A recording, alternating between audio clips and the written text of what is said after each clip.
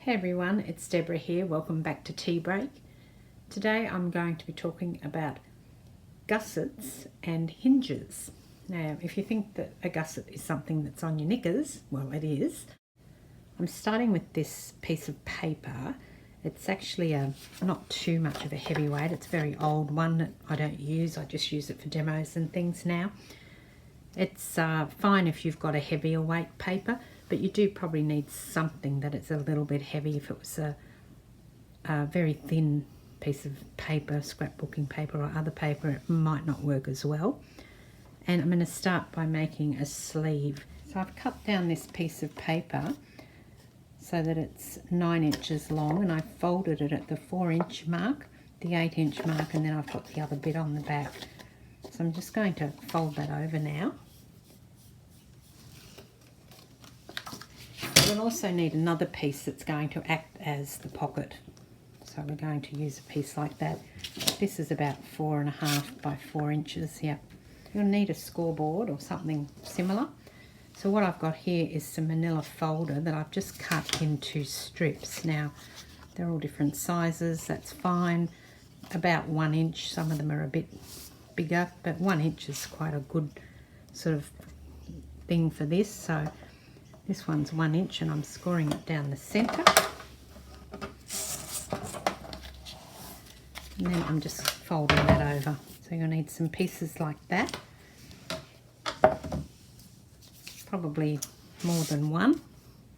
This one's a bit shy of 1 inch, but it'll still work fine. I'll score it down the centre.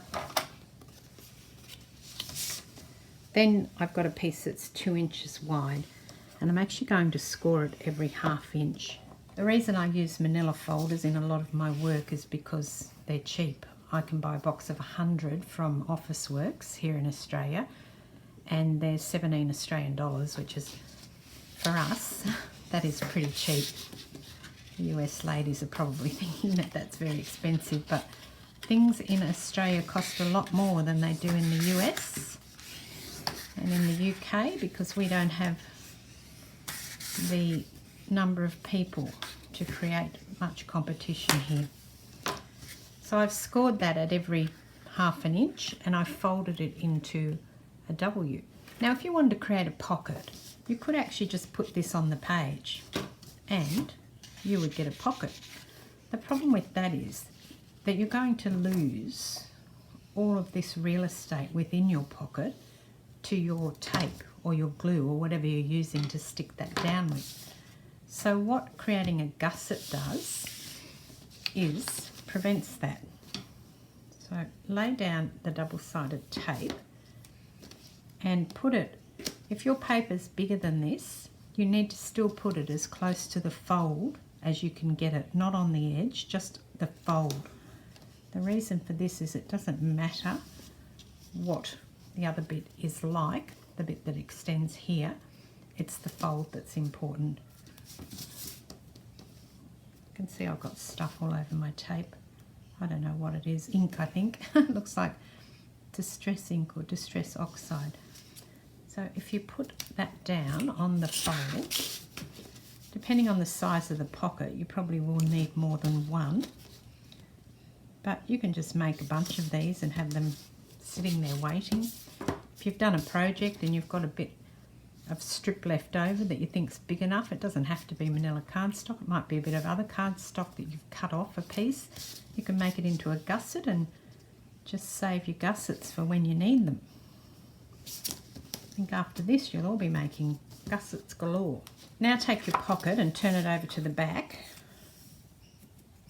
and then cut it, your gusset down to size. It doesn't have to be exact. Again, I don't measure much, so I've just given it a snip. That looks like it's probably going to fit there. And the next step is to angle the corners. Now the reason I angle the corners is so I don't get a lot of bulk in the corners. So you're basically mitering that corner off. Then stick one side down. So also note that the tape that I've put on is on the outside. It's on the peak side, on the hillside. It's not down in the valley. And then put it on And again, right down on the edge of the paper. And then do your others. Now I'm just going to roughly work out, yep, it's about that big. Taking one side of the tape off, not both.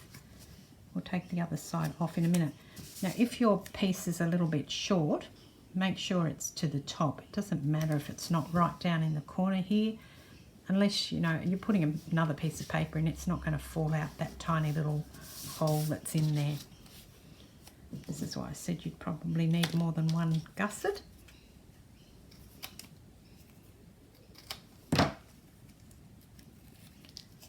And then this goes on this side. Now what we have, take the tape off all of the remaining gussets on the outside.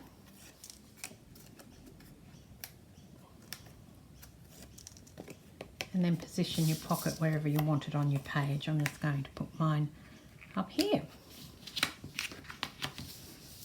Now what you have there is you have a pocket that's actually got some depth to it. Hopefully you can see that. I'll open it up so you can see it. You can see the gusset in the bottom and on the side. And you could use the same cardstock that you were using to make your gusset if you don't like that look. But you have a pocket where you've got full real estate on side to side to put things into it. So the second part of this is to create a hinge. So we made our W and now we're going to make a hinge out of this. So I probably need this hinge to measure the width of this one. So this is the piece that's going to be hinged. I'm going to position that. Again, I could measure it at 4 inches, but I'm just going to give it a chop. That's roughly 4 inches. So we've got the W, and what you need to do with your W is you need to stick it together so it becomes that shape. You also need some tape on the bottom here. I need to stick these two pieces here together. So I'm going to put some double-sided tape down on there. I also need some tape once that's stuck together so that I can sit that on my page. So I need some tape on these pieces as well. So these are the places that I need tape. You don't need that tape on that side because you're going to stick it together. So they're all on the same side. Doesn't go on there. Stick it together. So we're just going to close up that W. Still got our two pieces there. So before you take your tape off, just miter the internal corners. So that is the piece that you've stuck together in there. Just miter that off again at an angle. Again, that's all about the bulk, removing the bulk. It also makes it a lot easier to put the thing on. Take your tape off, put it down on the page wherever it is that you want it. For demonstration purposes, I'm going to put it there.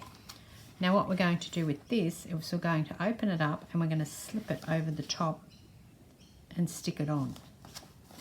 So to do that, you need to put some tape down inside. So on your hinge that you just made, again close to that fold, unless your tape's wide enough for the whole piece, which mine isn't.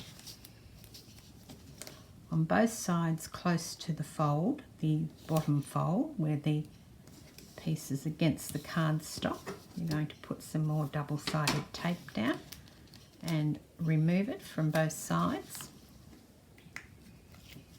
Now it's like a sleeve. You're going to slip that over like a sleeve. So it just will slip over if you've measured it right. If you have trouble slipping it over, just make sure your miters are actually right to the edge. You may have to re-miter that corner if it won't slip over, but it should just slip over. I've got it on both sides and now I've just closed it up. And that's all for today. So that is hinges and gussets, and I hope you enjoyed it. This is Deborah. I'll catch you next time. Cheers.